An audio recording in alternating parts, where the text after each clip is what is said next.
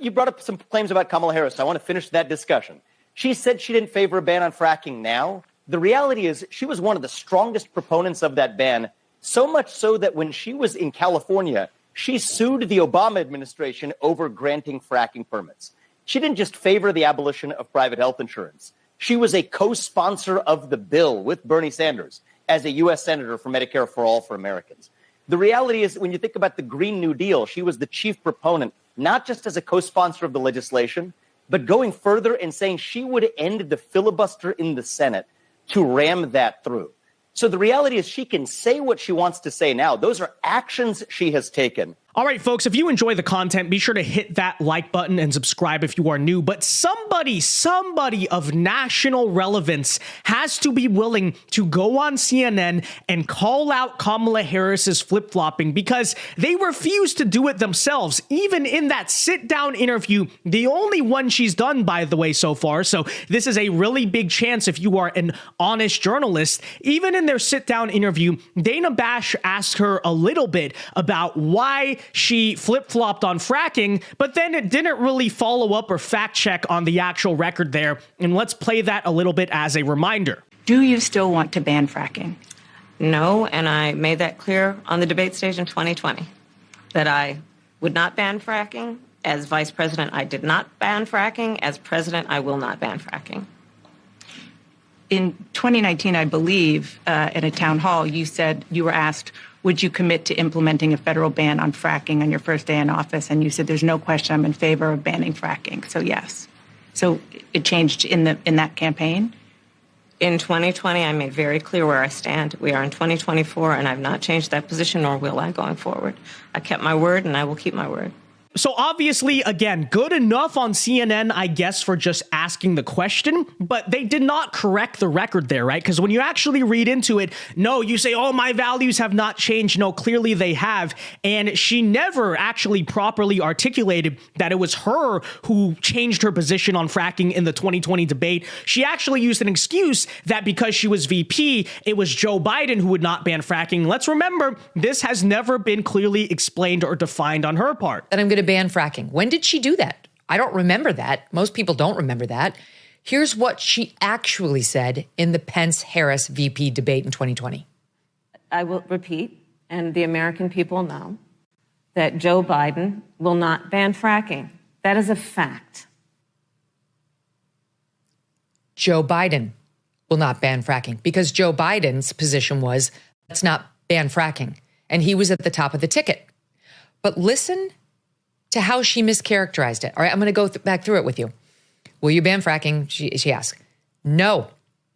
And I made that clear on the debate stage in 2020 that I would not ban fracking. So they kind of pretended to call out Kamala's flip-flopping. They failed miserably. And now it seems that the agenda of CNN is to outright defend the flip-flopping of Kamala Harris, because that is exactly what this CNN host did when they brought Vivek Ramaswamy on the show and asked him about this fracking question. And the host here essentially says, but don't you think it's okay to flip-flop? Listen to it. Is it okay for candidates to evolve on a position over a period of years? I think it's perfectly acceptable. I think most people need to rethink their positions over time as facts change. But they deserve to explain to the people clearly what she has failed to do. And it's not just a change in position.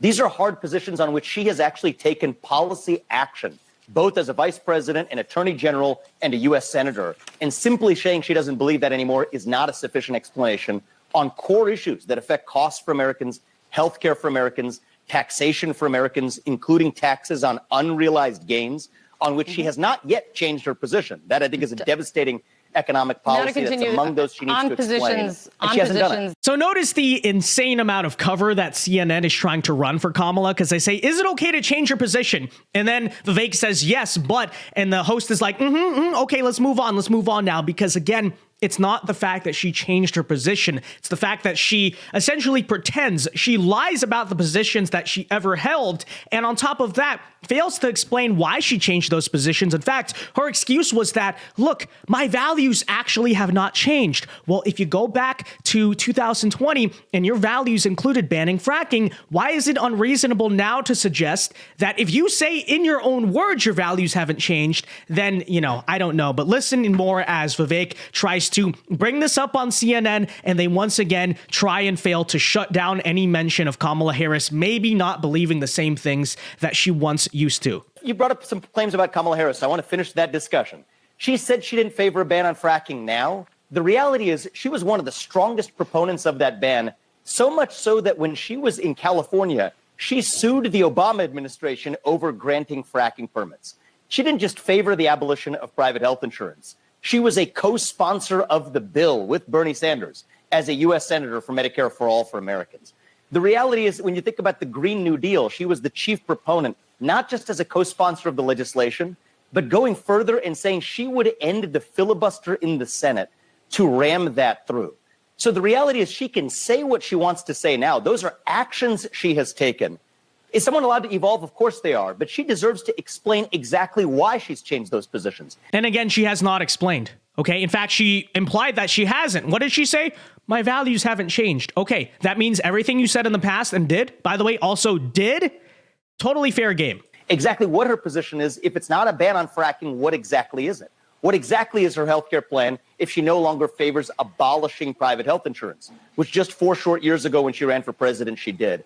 And that's the kind of scrutiny that's been missing.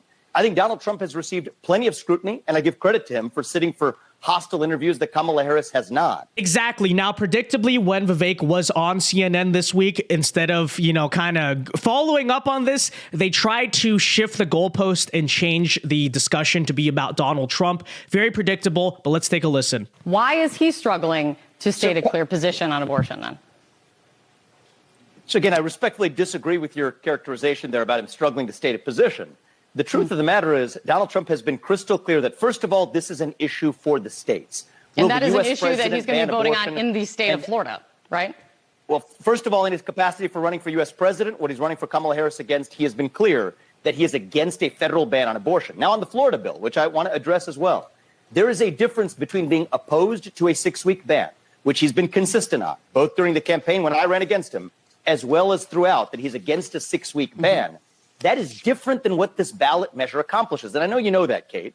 This ballot measure, through its vague crafting, would allow abortions far after 6 weeks, arguably under the interpretation of some legal scholars, all the way up to the point of birth. He's against that, and that's been a consistent position as well.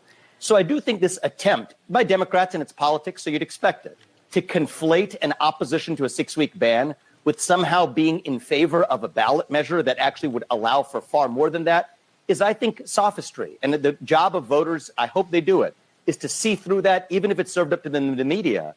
It's just a whataboutism, by the way, okay? Kamala Harris cannot define a clear position on anything. Anything. Name one thing where she is concrete about what she's going to do. Nobody can. But, Trump's kind of ambiguous on abortion. Oh, my gosh. It's a whataboutism because they're trying to cover up very obviously for, their candidate. You can't conflate those two things, and I don't think that's an inconsistency, with all due respect. Things you also can't conflate is on the issue of, and I've heard this time and again, of accusing, of saying that Democrats and putting this on Kamala Harris is, saying that they're going to be able to, as you mentioned, up to the point of birth or execute a baby after birth. That you do agree that is illegal in all states. That is not an issue. Is and should be illegal, except for when you look at the vaguely drafted statutes that are now expanding in these ballot measures. And I think that's the debate we ought to be having in this country, is an honest debate at the state level. And where I give Donald Trump a lot of credit, this was my position during the presidential campaign as well, is that this is an issue for the states in a post-Dobbs world. I think Roe was correctly overturned. I think most Republicans agree on that. This is now an issue for the states. And I know that Democrats want to make this a core issue, but the reality is it's not a presidential issue anymore. It belongs to the states. Kamala Harris has wrongly characterized and wrongfully stated, I think in this case I'd call it an outright lie, saying Donald Trump would sign a federal abortion ban when he's been clear that he's against a federal position on this issue. And I think voters deserve that kind of clarity. Well, it's the only thing they can run on. Actually, let me correct myself. I said, right, has she defined a clear position on anything? That's the one exception, is abortion. They're going to make the whole election about abortion, which is why I think it's kind of smart. I know some pro-life people get mad when I say this, but it's smart for Trump to try to take it off the table, right? Because it's not a national abortion ban is not going to pass in the next 4 years, regardless of how badly you want it. And then on top of that, you don't want to make the election about something that, like it or not, the majority of America probably sides more with Kamala Harris than the generic Republican, right? But again, that's the only thing they can clearly define a policy on, okay? It's a whataboutism, and CNN is following up on that, trying to double down on those Democrat tactics because, once again, they're ignoring the fact Kamala Harris is ambiguous on everything, and if she is going to go out there and publicly say, my values have not changed, then we are fully to assume, in her own words, that the very radical campaign she ran back in 2020 is still the values she has today. I mean, straight up. That said, let me know your thoughts in the comment section down below. Be sure to leave a like on this video, subscribe if you are new, and until next time, God bless and peace.